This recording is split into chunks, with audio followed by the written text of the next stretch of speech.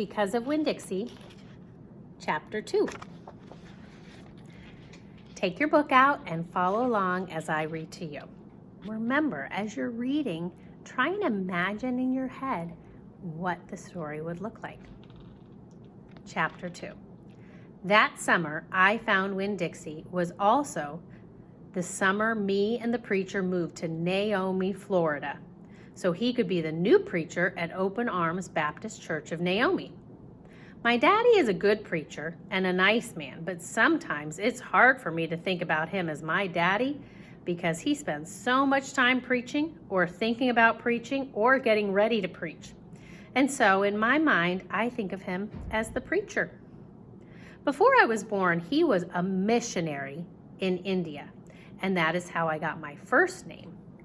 But he calls me by my second name, Opal, because that was his mother's name, and he loved her a lot. Anyway, while me and Winn-Dixie walked home, I told him how I got my name, and I told him how I had just moved to Naomi. I also told him about the preacher and how he was a good man, even if he was too distracted with sermons and prayers and suffering people to go grocery shopping. But you know what? I told Winn-Dixie, you are a suffering dog, so maybe he will take you right away.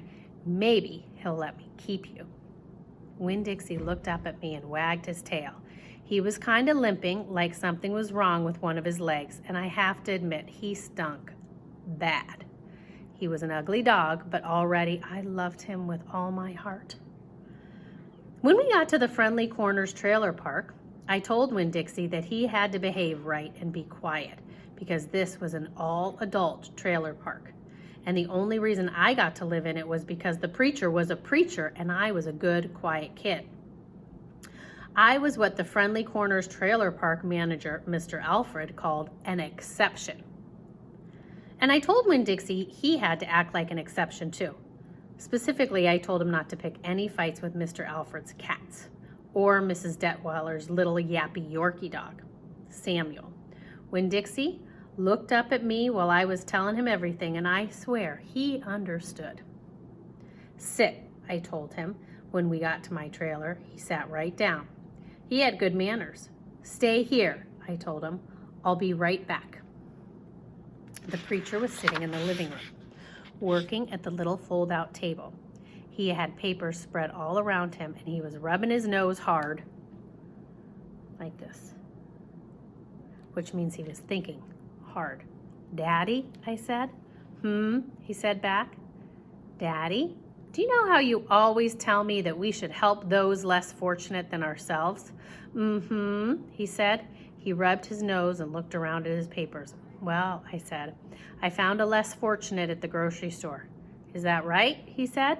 Yes, sir, I told him.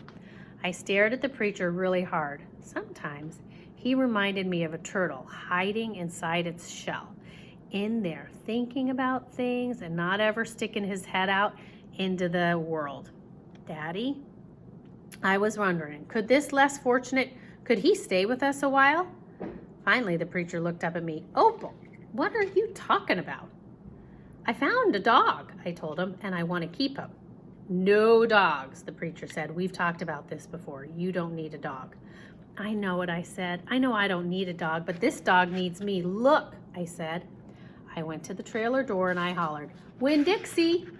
Winn-Dixie's ears shot up in the air and he grinned and sneezed. And then he came limping up the steps and into the trailer park and put his head right in the preacher's lap, right on top of a pile of papers.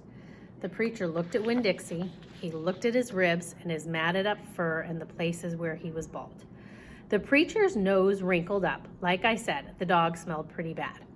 Winn-Dixie looked up at the preacher. He pulled back his lips and showed the preacher all of his crooked yellow teeth and wagged his tail and knocked some of the preacher's papers off the table. Then he sneezed and some more papers fluttered to the floor. What do you call this dog? The preacher asked. Winn-Dixie, I whispered. I was afraid to say anything too loud. I could see that Winn-Dixie was having a good effect on the preacher. He was making him poke his head out of his shell. Well, said the preacher, if he's a stray if I ever seen one. He put down his pencil and scratched Winn-Dixie behind the ears. And a less fortunate too, that's for sure. Are you looking for a home? The preacher asked real soft to Winn-Dixie. Winn-Dixie wagged his tail. Well, the preacher said, I guess you've found one. That's the end of chapter 2.